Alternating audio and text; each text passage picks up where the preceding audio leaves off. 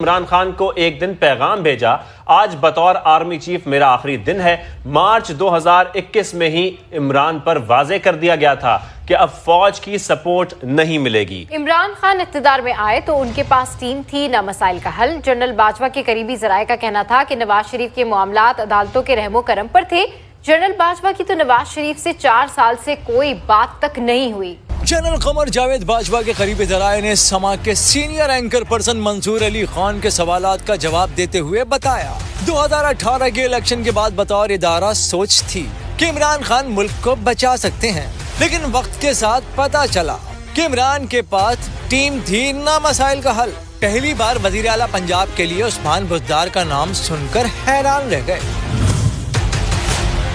P D I کی senior قیادت نے خدا کر کہا کہ عمران خان سے عثمان بزدار کو ہٹانے کا کہیں، لیکن ہمارا نام پوشیدہ رکھیں ورنہ عمران خان ہمارے لیے مسائل پیدا کریں گے۔ ان قریبی ذرائع کے مطابق وزیر اعظم بننے کے بعد عمران خان جنرل باجوہ کو باس کہتے تھے۔ انہیں بتایا کہ آپ مجھے باس نہ کہیں، ٹیکنیکلی آپ میرے باس ہیں۔ جنرل باجوہ کے قریبی ذرائع نے بتایا کہ کور کمانڈرز کی ایک کانفرنس کے دوران 26 میں سے 20 کی رائے تھی کہ عمران خان سے دور ہو جانا چاہیے۔ صرف 6 کور کمانڈرز کا خیال تھا کہ سپورٹ جاری رکھی جائے۔ بعد میں یہ بھی سپورٹ ختم کرنے پر متفق ہو گئے۔ مارچ 2021 میں عمران پر واضح کیا کہ اب انہیں فوج سے سپورٹ نہیں ملے گی۔ عمران خان نے پھر ای وی ایم، آئی ایم ایف اور پیٹف معاملات پر فوج سے مدد مانگی۔ ان ذرائع نے بتایا کہ مئی 2021 میں عمران خان کو بتا دیا تھا کہ جنرل فیض کو آرمی چیف بنانا ہے تو 1 سال کے لیے کور کمانڈر بنانا پڑے گا۔ عمران خان معاملہ بار بار مؤخر کرتے رہے۔ تیسری بار جنرل فیض نے خود کہا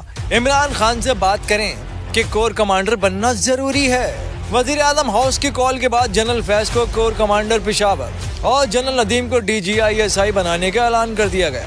پی ڈی آئی نے فیصلے کو غلط کہنا شروع کر دیا۔ یوں جنرل فیض کے معاملے پر بھی معاملات بہت خراب ہوئے۔ بات یہاں تک بڑھ گئی کہ جنرل باجوہ نے عمران خان کے پرنسپل سیکرٹری اعظم خان کو فون کر کے بتایا کہ عمران خان سے کہہ دیں کہ آج میرا بطور آرمی چیف آخری دن ہے۔ استعفے کی خبر پھیلنے پر جنرل فیض چند کور کمانڈرز کے ساتھ آئے اور عہدہ نہ چھوڑنے کا کہا۔ قریبی ذرائع نے بتایا کہ جنرل باجوہ کو مدت ملازمت میں دوسری بار توسیع کا میڈیا سے پتہ چلا۔ اسد عمر اور پرویز خٹک نے فون کر کے ایکسٹینشن لینے کو کہا، لیکن انہوں نے انکار کر دیا۔ نواز شریف سے متعلق سوال پر جنرل باجوہ کے قریبی ذرائع نے بتایا اس میں فوج کا کوئی عمل دخل نہیں تھا، یہ معاملہ عدالتوں کے رحم و کرم پر چھوڑ دیا گیا تھا۔ اسی یہاں معاملے پر بات کرنے کے لیے سینئر اینکر پرسن منصور علی خان ہمارے ساتھ اس وقت موجود ہے۔ منصور صاحب، جنرل باجوہ کے قریبی ذرائع کے مطابق مارچ 2021 میں عمران پر یہ واضح کیا گیا کہ اب انہیں فوج کی سپورٹ نہیں ملے گی، لیکن پھر بھی عمران خان فوج سے مدد مانگتے رہے۔ جی ہاں بالکل، اور یہ ہم آپ کو بتا سکتے ہیں کہ جو قریبی ذرائع ہیں ان سے ہماری تقریباً کوئی 1.5 گھنٹے کی گفتگو ہوئی ہے، جس میں نواز شریف صاحب کی نااہلی سے لے کے نئے آرمی چیف کی تعیناتی تک جتنے بھی ایونٹس ہوئے ہیں سب کے اوپر بڑی تفصیل سے گفتگو ہوئی ہے، اور جنرل باجوہ کا موقف ہم نے اس اپنے ذرائع کے ذریعے معلوم کرنے کی کوشش کی۔ ایک بات جو سامنے آئی اس میں یہ ہے کہ جنرل باجوہ اس وقت کافی افسردہ اس بات کے اوپر ہیں کہ عمران خان صاحب کی جتنی ادارے کی جانب سے مدد کی گئی، جتنی سپورٹ انہیں دی گئی، عمران خان صاحب نے جو آگے سے اس کا بدلہ لیا ہے اور جس طریقے سے آگے سے رسپونڈ کیا ہے وہ انتہائی افسوسناک ہے۔ انہوں نے کہا کہ عمران خان صاحب ابھی بھی پبلک ڈومین کے اندر جو ہیں وہ جھوٹ پھیلا رہے ہیں، اور احسان فراموشی کا لفظ بھی جو ہے وہ استعمال کیا گیا۔ ساتھ ہی ساتھ ایکسٹینشن کے حوالے سے ہمیں یہ بتایا گیا کہ اسد عمر کی جانب سے باضابطہ طور پر جنرل باجوہ سے دوسری ایکسٹینشن کے لیے اسی سال رابطہ کیا گیا تھا، لیکن انہوں نے ان کو منع کر دیا تھا۔ اس کے بعد 3 سے 4 دن کے بعد پرویز خٹک صاحب نے ان کو فون کیا تو جنرل باجوہ نے ان سے کہا کہ آپ آئی ایس آئی کے دفتر میں جا کے مجھ سے سیکیور لائن سے بات کریں، اور اس کے بعد اس کے اوپر بھی یہی کہا گیا کہ ہم آپ کو دوبارہ ایکسٹینشن دینا چاہتے ہیں، لیکن جنرل باجوہ نے اس پہ ان کو منع کر دیا۔ جنرل باجوہ کے ذرائع یہ بھی بتاتے ہیں کہ پچھلے سال تقریباً مارچ میں عمران خان صاحب کو باقاعدہ طور پہ یہ کہہ دیا گیا تھا کہ اب آپ کو ادارے کی جانب سے کوئی سپورٹ نہیں ملے گی، اب آپ نے سیاست خود کرنی ہے، اور now you are on your own, یہ ایگزیکٹ الفاظ یہ استعمال کیے گئے۔ عمران خان صاحب نے کہا کہ جی مجھے 3 چیزوں کے اندر ابھی بھی آپ کی مدد کی ضرورت ہوگی۔ ایک، بجٹ پاس کرانے کے لیے میرے پاس جو لوگوں کی اسٹرینتھ ہے وہ پوری نہیں ہو سکتی، وہ آپ نے مجھے پوری کرا کے دینی ہے۔ ای وی ایم کے اوپر آپ کی مدد کی ضرورت ہوگی، اور تیسرا ایشو فیٹف اور آئی ایم ایف کے جو معاملات ہیں اس کے اوپر بھی آپ کی مدد کی ضرورت ہوگی، کیونکہ یہ نیشنل انٹرسٹ کا معاملہ ہے، اور اس کے بعد ان کی مدد کی بھی گئی اس سارے معاملے کے اندر۔ اب بین الاقوامی معاملات کے اندر عمران خان صاحب کے اوپر بھی تنقید ہوئی کہ انہوں نے بڑی امبیرسنگ قسم کی سٹیٹمنٹس دی، خاص طور پہ ترکی کے اندر جا کے چند ایسی سٹیٹمنٹس دی جس سے سعودی ولی عہد کافی ناراض ہوئے تھے، پاکستان کے تعلقات اس کی وجہ سے متاثر ہوئے، لیکن جنرل باجوہ کے ذرائع یہ کہتے ہیں کہ ان کی جانب سے بار بار یہ کوشش کی گئی اور سعودیز کو جو ہے منانے کی بھرپور کوشش کی گئی۔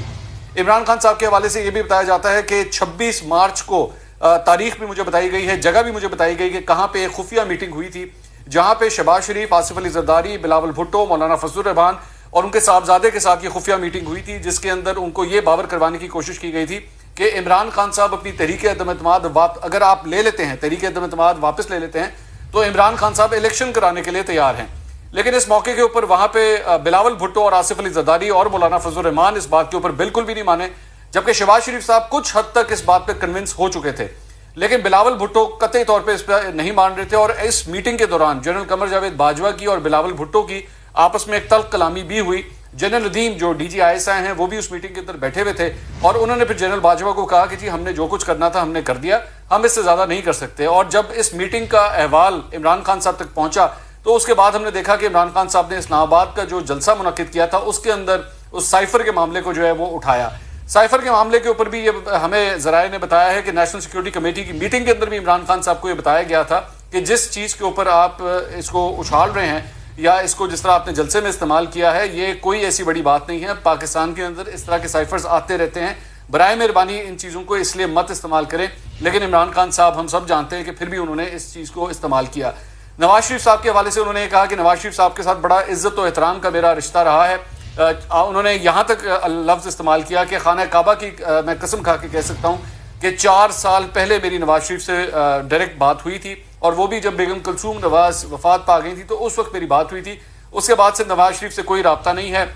شاہد خاقان عباسی کے حوالے سے انہوں نے کہا کہ بڑے اچھے میرے ریلیشن رہے ہیں ان کے ساتھ، بڑے پروفیشنل ریلیشن شپ میرے رہے ہیں۔ یہ حقیقت ہے کہ عمران خان صاحب کو ادارے کی جانب سے کافی حد تک سپورٹ ملی۔ اس کی وجہ یہ ہے کہ 2018 کے الیکشنز کے آس پاس ادارہ یہ سمجھتا تھا کہ عمران خان صاحب جو ہیں شاید بہت بڑی تبدیلی لے کر آئیں گے، ان کی ٹیم بھی پروفیشنلز کی ہوگی، تیار ہوگی، یہ پاکستان کے لیے کچھ بہتر کریں گے۔ لیکن 2018 کے الیکشنز کے بعد جب عمران خان صاحب اقتدار میں آئے اور وقت گزرتا رہا تو پھر احساس ہوا کہ عمران خان صاحب جو دعوے کرتے تھے اور وعدے کرتے تھے ایسا کچھ بھی نہیں تھا، ان کے پاس کسی قسم کی کوئی ٹیم نہیں تھی اور ہر جگہ ادارے کو ان کو سپورٹ کرنا پڑتا تھا۔ اور پھر الٹیمیٹلی یہ فیصلہ کیا گیا ایک کور کمانڈر کانفرنس کے اندر،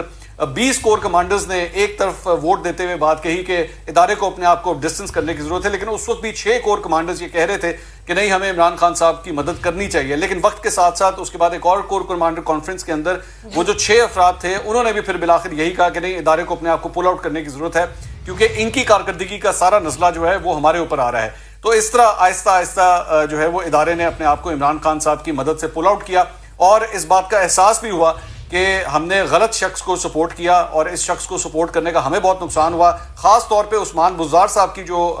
پرفارمنس تھی اس حوالے سے پاکستان تحریک انصاف کے اپنے کئی سینئر رہنما جا کے ان کو کہتے تھے جنرل باجوہ کو کہ جی آپ جا کے عمران خان صاحب کو سمجھائیے کہ برائے مہربانی جنرل ان کو عثمان بزدار صاحب کو ہٹائیں ورنہ پاکستان تحریک انصاف پنجاب میں ٹوٹ پھوٹ کا شکار ہو جائے گی۔ اور اس کی وجہ سے جنرل باجوہ کئی دفعہ عمران خان صاحب کو یہ بات سمجھاتے بھی تھے، لیکن عمران خان صاحب نے کہا تھا کہ میں کچھ بھی ہو جائے گا ان کو تبدیل نہیں کروں گا۔ بالکل ٹھیک کہہ رہے ہیں، اور جس طرح سے آپ بات کر رہے ہیں کہ جب عمران خان صاحب اقتدار میں آئے تو ان کے پاس ٹیم بھی نہیں تھی، نہ کسی مسئلے کا ان کے پاس حل تھا۔ اچھا یہ بتائیے گا کہ جب یہ بین الاقوامی دوروں پر جاتے تھے، عالمی رہنماؤں سے ملتے تھے تو یہ اپنی سیلف پروموشن کرتے تھے، اپنی ذاتی بات کرتے تھے، اس سے جو 2 ممالک کے درمیان تعلقات تھے وہ کتنے ڈیمیج ہوئے؟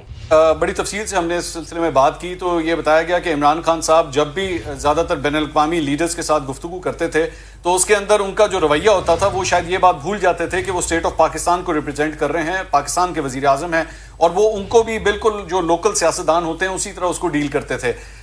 ہمیں تو ایکچولی ایک پرٹیکولر لائن بھی جو ہے وہ بتائی گئی، لیکن شاید میرے خیال میں نیشنل انٹرسٹ میں وہ نہیں ہے کہ میں اس کو پبلک ڈومین میں ڈسکس کروں کہ چائنیز کے ساتھ گفتگو کے اندر جب جنرل باجوہ کی گفتگو ہوئی تو انہوں نے عمران خان صاحب کے حوالے سے کیا بات کہی وہ میں شاید یہاں پہ بتا بھی نہیں سکتا۔ اور اس کے ساتھ ساتھ امریکہ کے ساتھ تعلقات بھی پاکستان کے کافی خراب ہوئے، سعودیز کے ساتھ پاکستان کے تعلقات کافی خراب ہوئے، یہاں تک کہ بھارت کے ساتھ جب ابھینندن کا معاملہ ہوا تھا، وہ جو ایک بھارتی ایئر فورس کا جو پائلٹ تھا جو یہاں پہ گرفتار ہوا تھا، اس موقع کے اوپر بھی جنرل باجوہ کے ذرائع یہ کہتے ہیں کہ ان کا یہ ماننا ہے کہ انہوں نے بڑا ایک اہم کردار ادا کیا تھا اور وہ اس بات کو ایکسیپٹ کرتے ہیں کہ ابھینندن کو بھارت واپس بھجوانے کا فیصلہ قطعی طور پہ قمر جاوید باجوہ صاحب کا اپنا تھا۔ کیونکہ وہ چاہتے تھے کہ کہیں ایسا نہ ہو کہ دونوں ممالک کے درمیان جو ہے وہ جنگ کی صورتحال پیدا ہو جائے، جو کہ ہو چکی تھی. اس نہج تک جو ہے دونوں ممالک پہنچ چکے تھے. لیکن یہ فیصلہ جنرل قمر جاوید باجوہ کا تھا کہ ابھینندن کو واپس بھارت بھجوا دیا جائے تاکہ کول ڈاؤن کیا جائے معاملات کو، اور الٹیمیٹلی پھر وہ کول ڈاؤن ہو بھی گئے.